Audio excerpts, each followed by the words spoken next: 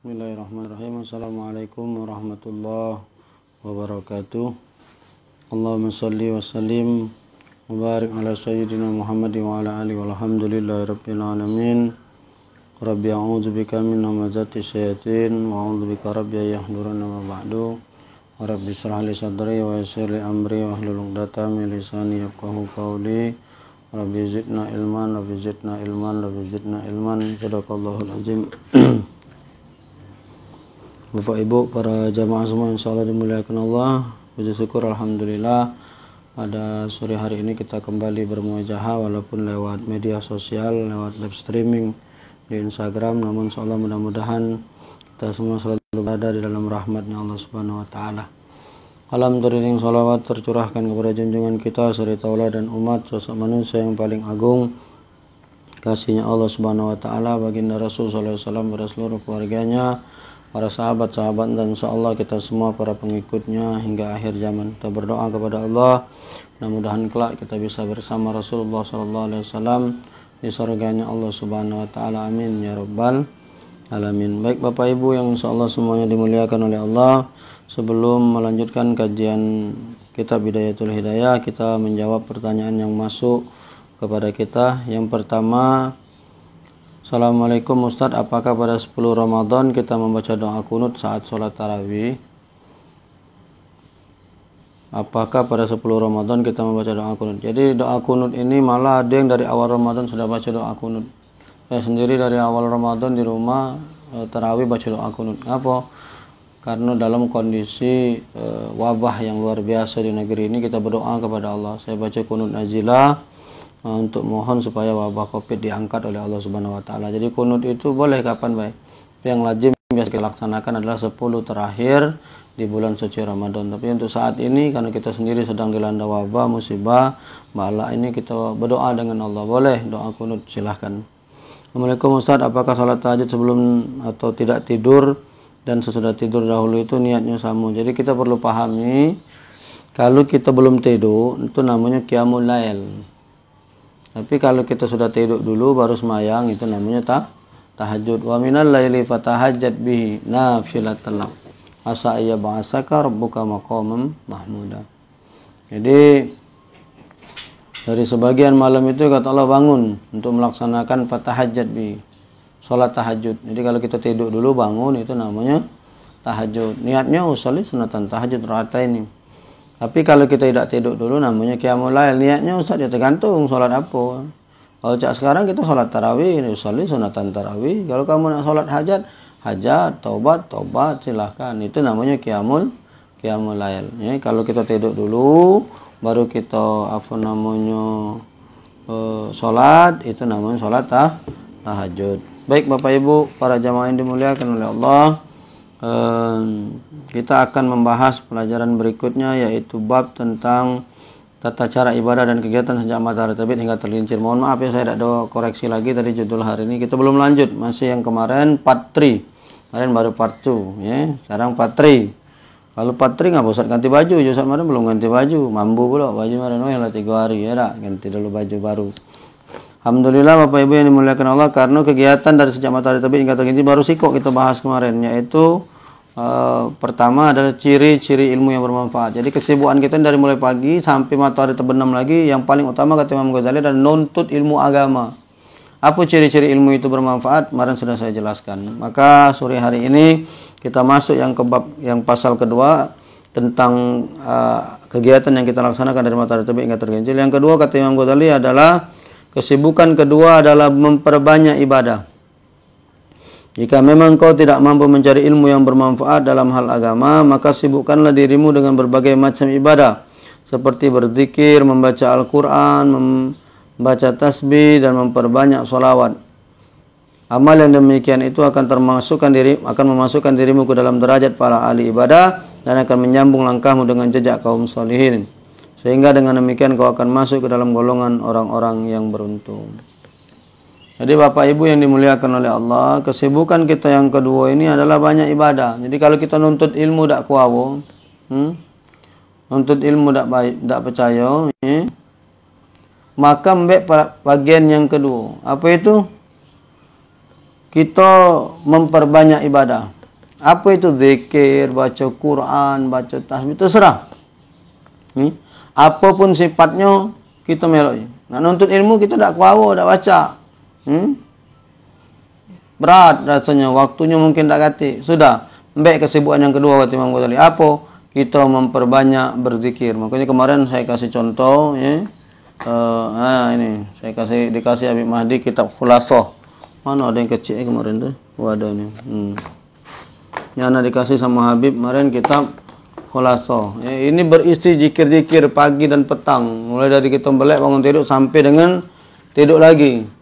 Ini bisa dipakai untuk kegiatan kita dari pagi sampai ke matahari terbenam. Baca wirid. Ya Allah Ustaz, panjangnya. Ya dah zikir bela, baca Quran. Banyak pilihannya. Atau bertasbih subhanallah alhamdulillah wala ilaha illallah. Ngantuk lagu sedikit subhanallah walhamdulillah wala ilaha illallah wallahu akbar.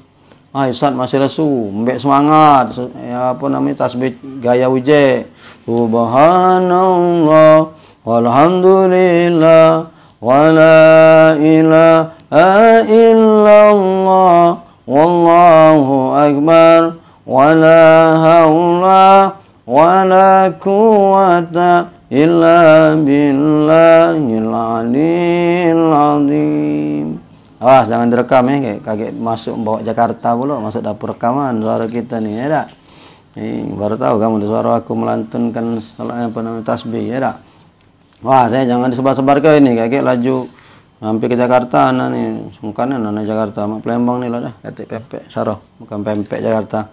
Kalau Palembang masih, apalagi kemarin Pak Riki sedang ngomong nak ngirim pempek Wildan pula. Alhamdulillah, rezeki ni ada ya pokoknya. Jadi berzikir, baca Quran, baca tasbih, terserah apapun namanya, istilah kegiatan kita yang kedua ini kata Imam Ghazali dengan memperbanyak ibadah. Nuntut ilmu lah sungkan, beribadah lah mak itulah pula. Mak mana kegiatan yang ketiga? Kegiatan yang ketiga, kesibukan kita adalah mengabdi kepada masyarakat. Jika engkau tidak mampu mencari ilmu atau banyak beribadah, maka engkau harus dapat menyibukkan dirimu dengan berbagai kegiatan yang mendatangkan kebaikan terhadap orang-orang muslim atau melaksanakan sesuatu yang membawa kebahagiaan dan kegembiraan di hati mereka. Bisa juga dengan cara engkau menyediakan kemudahan bagi orang-orang soleh agar mereka lancar beribadah dan beramal soleh. Mantap nih. Jadi kalau kita nuntut ilmu malas, lesu, kata Imam Ghazali, banyak ke ibadah be. Banyak ibadah lah lesu pula, mbek kegiatan yang ketiga, sediakan fasilitas buat orang-orang soleh agar mereka lancar di dalam beribadah dan beramal soleh. Mak mana caranya? Satu, bukan anak yang ngomong, Imam Ghazali ini. Membantu dan menolong keperluan para ulama, para sufi, dan ahli agama lainnya. Masya Allah. Kemarin kan anak ceramah, kita jangan pula banyak hitung-hitungan dengan guru-guru kita, dengan ustaz, apalagi guru ngaji. Anak ngajarkan alif bata itu, mereka tulah ngajarkan bahasa surga, apalagi guru-guru kamu yang ngajar ke fikih, solat dan lain sebagainya. Jangan banyak berikinan. Ini zamanlah corona, jadwal dibatalkan, kayak gimana tak masuk.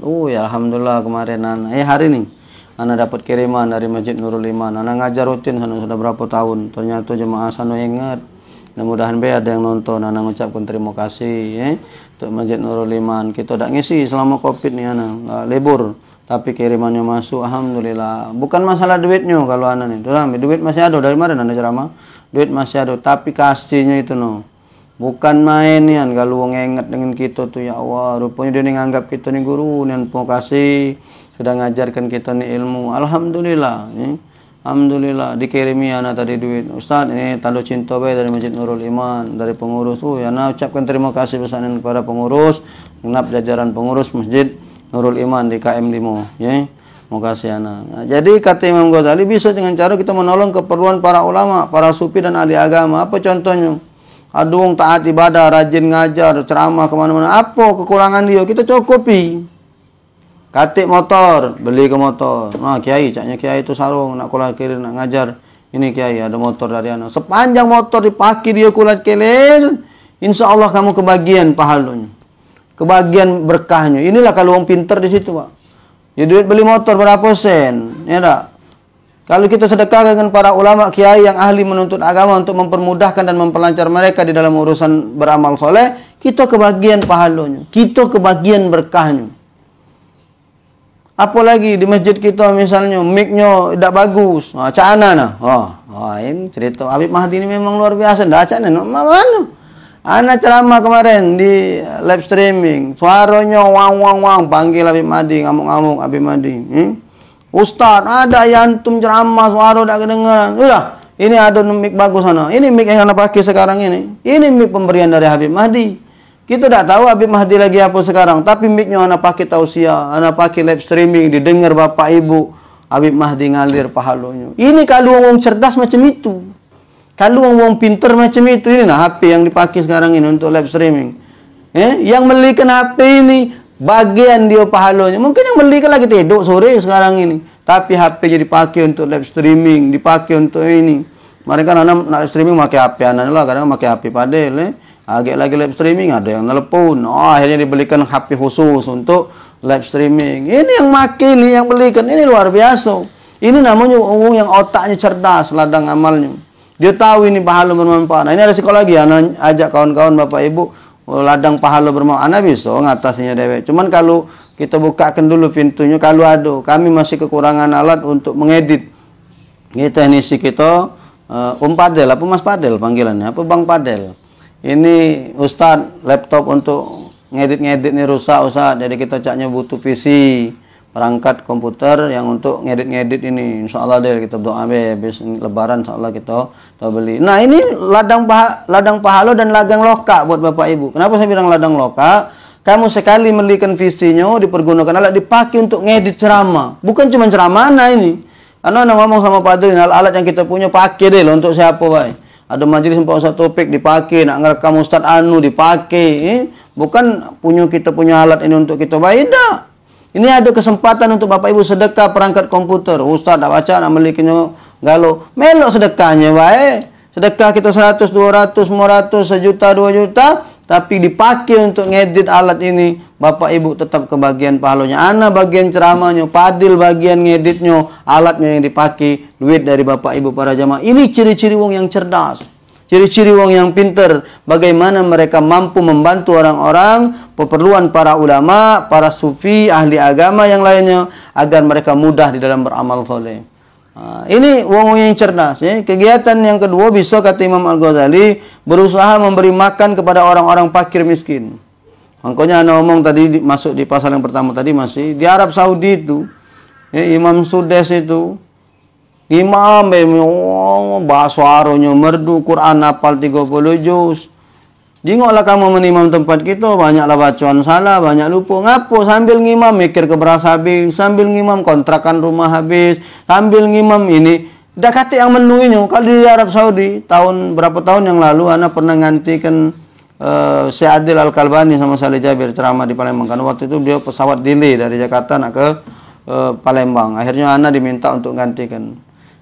Itu Syekh Adil Al-Kalbani cerita, gaji beliau di Masjidil Haram ngimam baik cuman. Kalau duit kita 300 juta sebulan. Digaji oleh pemerintah Saudi. Pada saat itu, kalau saya sudah kepala imam di Masjidil Haram, tidak tahu berapa ratus juta gajinya. Imam tempat kita bergaji 100, marahi wong terus. Mana tidak baca ayat ni lupa kadang. Kalau di sana tidak kata gawe lain. Yo, maaf Bapak Ibu, saya ketemu nih. Imam di satu masjid, selesai ngimam dia mecak. Guru ngaji di satu TKTPA, habis ngimam dia ngojek. Banyak anak ketemu itu Bapak Ibu. Mana mereka nak konsen coba ngurusin agama. Kamu tidak berpikir untuk kemaslahatan mereka. Coba kalau agnia-agnia orang-orang kaya ini, mereka sisipkan zakatnya, mereka sisipkan sedekahnya, mereka tanggung para ulama-ulama itu kehidupannya. Berapa Ustaz? Ana ini ceramah bukan untuk diri ana, jangan salah paham kamu. Maksud aku kamu tuh jinguk guru-guru kiai-kiai di kampung-kampung itu yang tak katik nolenya karena nak makan be mereka lagi saro. Nangis sana kemarin ada seorang ustaz nak makan be nak ngutang beras. Oh sedih anak. Tak katik apa umatnya. Tak katik apa jemaahnya yang tahu. Tak kata apa jemaahnya yang nak nganteri mereka. Ya Allah, sedih Pak Ana, sedih ni anak-anak dengarnya. Sedih ni anak-anak. Ini nah mereka bantu keperluannya supaya mereka lancar ibadah. Tanya Ustaz berapa keperluan Ustaz sebulan? Sekian, Ustaz ngajar lah tiap bulan anak kirim Ustaz duit. Itu yang benar. Jadi kiai guru kita pun ini sih kok masjid kadangan berekenannya dengan imam-imam tetap. Anak ngomong gaji imam tetap tu 4 juta, 5 juta sebulan. Ini tak ada duit kamu bukan. Duit masjid itu, duit jemaah. Kita nyaman makmum di belakang mereka. Mereka tidak ada nak mikir ke gawe lain. Kalau imam tetap bergaji 5 juta cukup lah. Tak ada lagi mereka nak nyari sambilan. Tinggal di masjid siapkan fasilitas tempatnya. Jom tugas mereka ngimami kita. Kita khusyuk, dia hikmat. Ini nak minta imami tetap ngaji cuma 1 juta sebulan. Cukup apa bu? Wah, duit 1 juta sekarang ya Allah. Amal live streaming mana ya baca habis untuk kota we. Sebulan ada. Untuk apa? Mak mana cuba. Karena kita tidak pikir ke. Cuba kalau orang-orang ini berpikir, orang-orang kaya yang berduit ini. Mereka sisihkan hartanya, mereka siapkan para ulama dan kiai-kiai untuk berdakwah. Bantu mereka, ini kiai, ini ustaz pokoknya berdakwah. Yakin anak Pak, maju gitu ini. Maju. Oh, imam dengan kita ngapa dia tak ada nak mikir ke makan, tak nak mikir ke kontrakan, tak nak mikir. Sudah kita tanggung kalau. Jadi salah satunya kata Imam Ghazali, bantu para orang-orang soleh, orang-orang sufi mereka supaya mudah beramal. Yang kedua tadi beri makan kepada orang-orang fakir miskin. Ini anak baru dikirim video di WhatsApp, tapi kabarnya hoak video itu. Kata satu keluarga gantung diri karena kebijakan lockdown ini yang menyebabkan mereka tidak makan. Disuruh diam di rumah, kiriman tidak dapat, akhirnya putus asa gantung diri. Tapi tidak tahu kabarnya berita itu hoak katanya. Kalau memang ada benar mati Pak, sekampung-kampung kamu kena dosanya. Bupati, wali kota, gubernur, hatta ke presiden, kalau ada rakyat yang tidak makan, kaget kelak di akhirat bakal dituntut oleh Allah Subhanahu wa taala. Kulukum ra'in wa kulukum mas'ulun an ra'iyati. Setiap kamu pemimpin dan setiap pemimpin dimintai pertanggungjawaban terhadap apa yang dia pimpin. Jangan main-main. Makanya Sayyidina Umar bin Khattab jadi khalifah nangis. Ngapa nangis? Dia tahu bakal kena tuntut. Bukan kita nak jadi pemimpin sogok sana sogok sini. Ini nak jadi pemimpin disuruh jadi khalifah nangis. Ngapa? Takut mak mana bertanggung. Kalau ada sikok baik masyarakat ini tidak ada makan, kita pemimpin dimintai pertanggungjawaban oleh Allah Subhanahu wa taala. Hati-hati itu. Lalu kemudian kegiatan berikutnya adalah mengurusi dan menjenguk orang-orang yang sedang sakit. Jadi berkahnya kata Guru Ana Mbak Uang yang sedang sakit ini lebih hebat dari sholat sunat 1000 rakaat. Ini kalau kita Guru Ana ngajarkan kalau ada orang sakit datang masuk. Tapi ingat, adab masuk orang sakit ini harus belajar. 1, tidak boleh lama. Adab masuk orang sakit 1, tidak boleh lama. Ngapa orang sakit itu butuh doa, butuh kehadiran kita, butuh support dari kita. Kita datang, dudukkan kalau ada yang digawak kita gawak apa, ya ada duit nak diunjuk-unjukkan lah, angkat tangan, doakan balik. Ngapa? Mereka butuh istirahat. Namanya orang lagi sakit. Ini masuk orang sakit 2-3 jam diajak kelakar. Orang sakit tak baca tidur. Anak ingat dulu saat almarhum Ustaz Taufik Asnuri. Kadang ulama-ulama ni sebuah salah juga kalau kita sakit ni ndak njuk tahu jemaah ngapa dak ngabari. Njuk tahu tu harapan kita pengen dapat doa, tapi beruntung mau datang. Kalau yang pengertian tadi datang, masuk, doakan balik. Yang ndak terti duduklah kelakar kita namanya lagi sakit. Wong ngajak kelakar ndak dijawab, wong tersinggung. Dijawab nyawa nak mutus. Wong lagi sakit. Wong ngajak cerita. Jadi adab masuk orang sakit jangan lama-lama. Datang, doakan, balik. Yang kedua, disemangati. Jangan datang, apa kau sakit apa? Tahu aku ni lambung aku ni ngapa? Ya Allah, tangguh aku kemarin. Sakit lambung mah itulah pidem 2 hari. Ya, kamu wong lagi sakit. Jangan datang, ngapa kau? Tahu aku ni dado aku ni dub. Samunian dengan kawan aku. Mak itulah dia 2 jam dari situ laju. Oh, tak boleh masuk orang sakit. Ya, harus tahu adabnya. Kalau kita masuk orang sakit, adab-adab dalam masuk orang sakit. Kemudian yang keempat, mengiring, mengurus serta mengantar jenazah. Jadi kalau kita ngurus jenazah tu urusi, iringi, ya, apa namanya, antarkan ke kuburan. Oh, itu pahalanya sama seperti gunung. Ya, kami misli jabal, kata Rasulullah, sama seperti satu kirot, apa sebesar gunung Uhud itu no, besarnya.